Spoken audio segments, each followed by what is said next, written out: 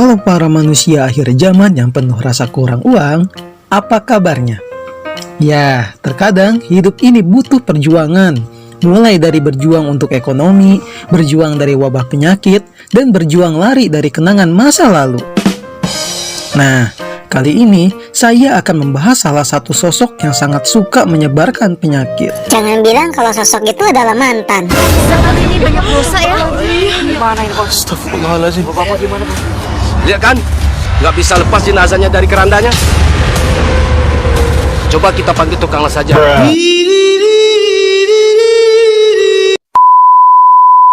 Apaan sih? Perasaan kasihan banget dah yang jadi mantan serba disalahin mulu. Makhluk yang saya maksud adalah nyamuk. Nyamuk merupakan hama yang paling mengganggu dan berbahaya bagi kita para orang. Hah? Masih beruntung nyamuk yang menggigitmu. Nah, sebelum kita lanjut pembahasannya, mari kita putar intronya. That shit, boy. Aim it up. Aim it to the sky, bro. Aim it to the sky. No. Dude.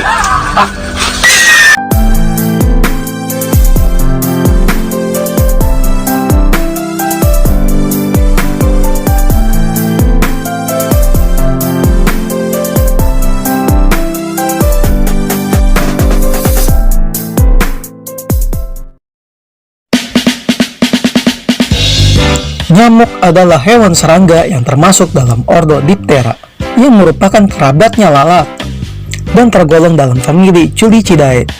Nyamuk mempunyai 2 sayap berisik, tubuh yang langsing, dan 6 kaki yang panjang. Dalam bahasa Inggris, nyamuk dikenal dengan nama mosquito, berasal dari sebuah kata dalam bahasa Spanyol atau Portugis yang berarti lalat kecil. Menurut para ahli, hanya nyamuk betina saja yang menghisap darah. Lah, kenapa cuma betina aja menghisap darah? Emang pejantannya nggak butuh darah gitu? Hal itu disebabkan karena darah sama sekali tidak ada hubungannya dengan kebutuhan makan nyamuk. Pada kenyataannya, baik nyamuk jantan maupun betina, mereka memakan cairan nektar bunga. Nyamuk betina menghisap darah guna untuk memberi nutrisi pada telurnya. Telur-telur nyamuk membutuhkan protein yang terdapat dalam darah untuk berkembang. Pada nyamuk betina, bagian mulutnya membentuk proboscis panjang untuk menembus kulit mamalia, unggas, reptilian, dan amfibi untuk menghisap darah. Sedangkan nyamuk jantan berbeda dengan nyamuk betina. Nyamuk jantan memiliki bagian mulut yang tidak sesuai untuk menghisap darah. Fase perkembangan nyamuk dari telur hingga menjadi nyamuk dewasa sangat menakjubkan. Telur nyamuk biasanya diletakkan pada daun lembab atau kolam yang kering. Pemilihan tempat ini dilakukan oleh induk nyamuk dengan menggunakan reseptor yang ada di bawah perutnya.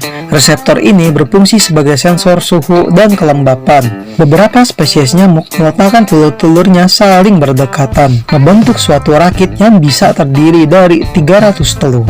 Setelah telur melalui proses pengeraman, larva mulai keluar dari telurnya. Semua dalam waktu yang hampir sama. Anak nyamuk yang biasa disebut jentik-jentik atau encu ini telah sampai siklus pertumbuhan secara keseluruhan. Larva nyamuk akan berubah kulitnya sebanyak 2 kali. Selesai berganti kulit, nyamuk berada pada fase transisi. Fase ini dinamakan fase pupa. Pada fase ini, nyamuk sangat rentan terhadap kebocoran pupa. Sebelum pupa siap untuk berubah kulit yang terakhir kalinya, 2 pipa nyamuk muncul ke atas air.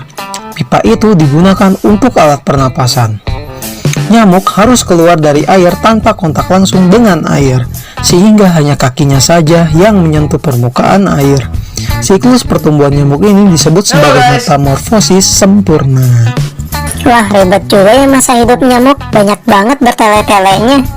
Ya, sama kayak kamu, Lili, yang kalau diajak mau makan di mana itu suka jawab terserah. Itu mah emang kalian aja cowok-cowok yang kagak ada rasa peka. Wah, lanjut aja.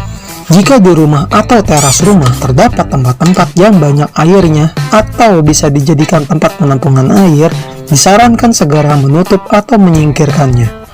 Hal ini karena lokasi tersebut merupakan habitat telur nyamuk untuk berkembang menjadi nyamuk dewasa. Jadi, untuk menghindari nyamuk, usahakanlah tempat tinggal Anda nyaman dan aman dalam kebersihan.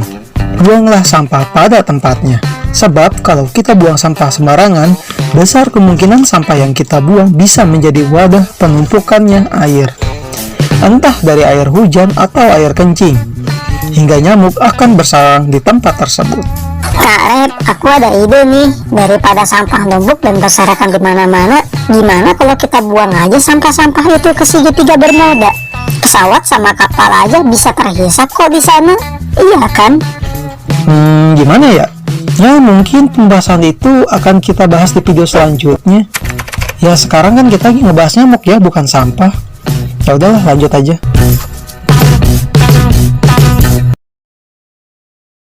Sudah berbagai cara telah dilakukan untuk memberantas nyamuk-nyamuk ini, seperti menggunakan obat anti nyamuk, menjaga kebersihan lingkungan, dan lain-lain.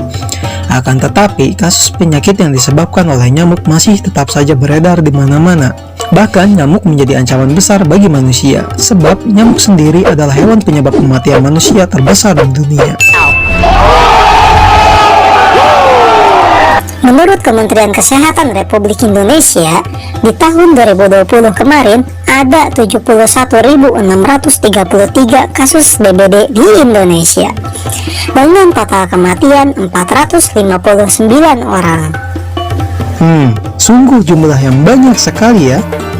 Sehingga saat ini, peperangan antara nyamuk dan manusia akan terus berjalan sampai akhir napas dunia ini. Banzai shite. Banzai. Banzai. Banzai.